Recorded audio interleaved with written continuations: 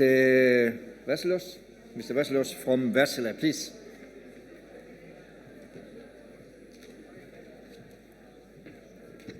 Thank you very much, Mr. Jensen. I'm Konstantina Aravantinou. I work for Wartsila, and together with my colleague, Dr. Vasilios Lamaris, we'll present you how we think a new building will look like in 2035. Wärtsilä is a global leader in innovative technologies for both the energy and marine markets. With more than 17,500 professionals around the globe, we are there for you whenever you need us, wherever you need us, and we aim to assist you at achieving your decarbonization goals and operational goals. Now I will pass the floor to my colleague, Mr. Lamaris, who will present some of the technologies already available today and also give us his insights of what the future brings. Thank you, Konstantina. So, let's have a look which are the main movers towards future developments in marine industry. At first, we have policies and regulations coming from organizations like IMO and EU, which are setting the targets and the limitations for the future. The main movers that are shaping the future of shipping industry at the moment are decarbonization and digitalization. With decarbonization, we mean actually all the activities in order to reduce the CO2 emissions. And how do we achieve this? We achieve with carbon neutral or zero carbon fuels, with advanced technologies to save energy on board, with battery system hybridization, electrification, etc. On the other hand, regarding digitalization, the digitalization is based on connectivity and data transfer, where the vessels are considered as data pools, which means that the system complexity is increasing, and with this data, we are feeding our AI interfaces and tools that are implemented ashore. Now, how we, as Wärtsilä, we support our customers in their decarbonization activities. We support them with two main actions, let's say, with our technology solutions and with our portfolio of services. Regarding the technology, I would like to highlight, for example, the multi-fuel engines that we are developing, which means engines that can operate with different types of fuels. Propulsion systems that increase and improve the propulsion efficiency of the vessel. Another system that I would like to highlight are hybridization systems and electrification systems on board, like to connect to the shore power during port stay. On the other hand, regarding services, I would like to highlight the upgrades and retrofits, which means upgrade and retrofit existing vessels or existing engines in order to improve their overall efficiency. Coming to the question how a new building will look like in 2035. At first, the main engine, the two-stroke main engine, propulsion engine, and the auxiliary engines, the four-stroke engines, will be of high efficiency and capable of burning different types of fuel.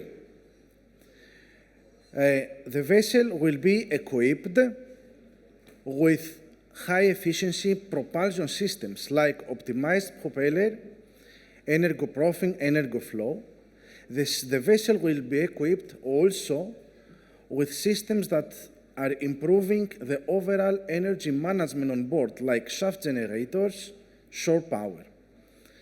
On the other hand, wind assistant and photovoltaic systems will be used more extensively compared to nowadays. And regarding carbon capture systems, these still are under development, which means that we do not know at the moment how extensively will be implemented on board in the future. Coming now to the future fuels that will be implemented in the maritime industry. Here we have a forecast coming from DNV in order to achieve the decarbonization targets from 2050. And in this diagram are shown the different fuel types. If we focus our interest in the year 2035, we see that the dominant fuel will be LNG and not heavy fuel oil or very low sulfur fuel oil, which are nowadays still the dominant fuels. While also some fuel blends with fossil and green fuels will be also used extensively. On the other hand, carbon neutral fuels and electricity from green will be used, but in a smaller degree, let's say. Here we can see an overview of the future fuels for the marine engines. I would like to start with biofuels. Biofuels are nowadays in extensive use, let's say. And we are talking about drop-in fuels, fuel blends, heavy fuel oil with vegetable oils. Methane is another fuel that it is already implemented nowadays. It is used in LNG carriers and also in other vessel types that are equipped with dual fuel engines. Methane is, we should consider that methane is a transition fuel to our decarbonization journey. Why? Because it's reduced the CO2 emissions in a, let's say, not very high rate, so in the range of minus 25%. Another alternative fuel is methanol. Many new buildings today are equipped with methanol-ready engines. However, we have to consider that in the future we have to use green methanol because grey methanol is not, let's say, contributing a lot to reduce the CO2 emissions. Another alternative fuel is ammonia. Engines that can burn ammonia are under development in the moment. Ammonia is a toxic fuel. On the other hand, is a carbon-free fuel. Similar comments for hydrogen. Also the engines that can burn hydrogen are under development at the moment. Hydrogen is very difficult to handle, but also is carbon-free. Our roadmap, so Wärtsilä roadmap for the future fuel implementation regarding at first four-stroke engines that are extensively used for auxiliary engines on board.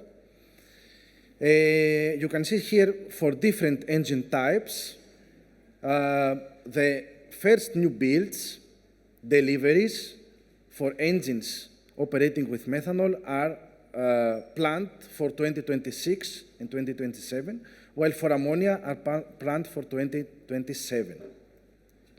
Regarding two-stroke engines, we are talking about retrofits, so convert the existing engines in order to burn either LNG, methanol, or ammonia. The milestones are planned for 2024 regarding methanol and 2025 for ammonia. So from all the aforementioned information, it is rather obvious that there is no silver bullet in order to achieve the decarbonization targets.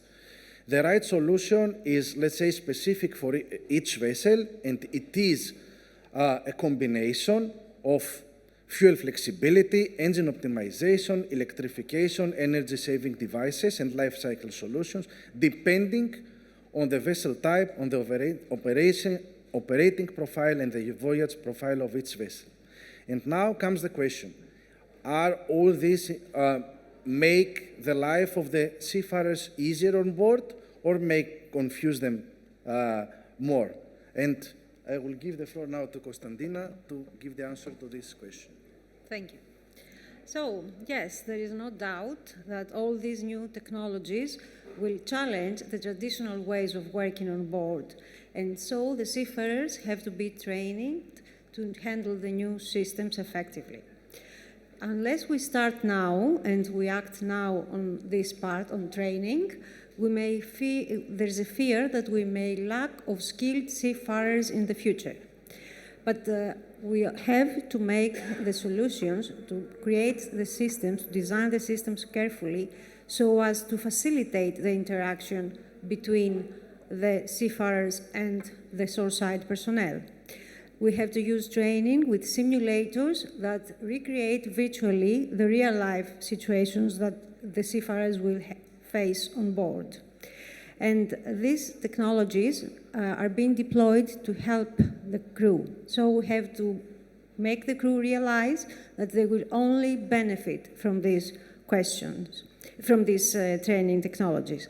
The real-time data facilitate the monitoring of the engine, so this produces better performance. Proactivity and early fault finding reduces crew's interference and helps increase the time between overhaul, therefore it reduces the OPEX. Oh, sorry, next one. So, what have we done towards this direction? Wartsila has established the expertise centers. What are these centers? These centers are located worldwide and they are manned with experts on 24/7 basis, which are away only a phone call or an email away. Our experts have real-time access to the engine and they monitor its engine carefully. Whenever the chief engineer calls them, they initiate a case and they check on the specific problem the chief engineer reports. And once a month, our experts generate a report for each engine, and not only this report contains trends, but also contains comments and suggestions for better performance. Having the history of the trends can achieve longer time between overhaul and reduce the downtime of the engine. But the main function of these expertise centers are to provide remote support, guidance, troubleshooting, and tuning, to provide advice when the chief engineer and the crew needs this advice. As I said earlier, these centers are manned 24/7 and they're just a phone call away or an email. When they receive a notice from the crew, they start checking the situation, they investigate the issue, and they provide their valuable help. And all of this is through secure channels with firewalls so as to avoid cybersecurity issues. It is fast, it's on-the-spot service, and no need to wait, no need for waiting time, no need for physical attendance, and it's like having an expert on board next to the crew, and on top of this is an expert. This person is an expert and can handle every situation. Then there is the guidance app that everybody from the company can download this app on his mobile and has all the information wherever he is. All the history of the engine strengths, all the communication between the crew and the experts is included there, and everybody from the company has the access. And how all this is possible? This is possible with the Wärtsilä data collection unit, a small equipment that is installed on the engine and connected with all the equipment on board. Looks like an external hard drive and is connected to the local network, and this small device is the one that sends the data to the Wärtsilä centers. We continuously develop these business models and solutions to make them accessible to all relevant stakeholders. The result is a fully digitalized ship. I'm sorry, this is my phone, I'm sorry. Okay. Somebody can do it. Great, thank you.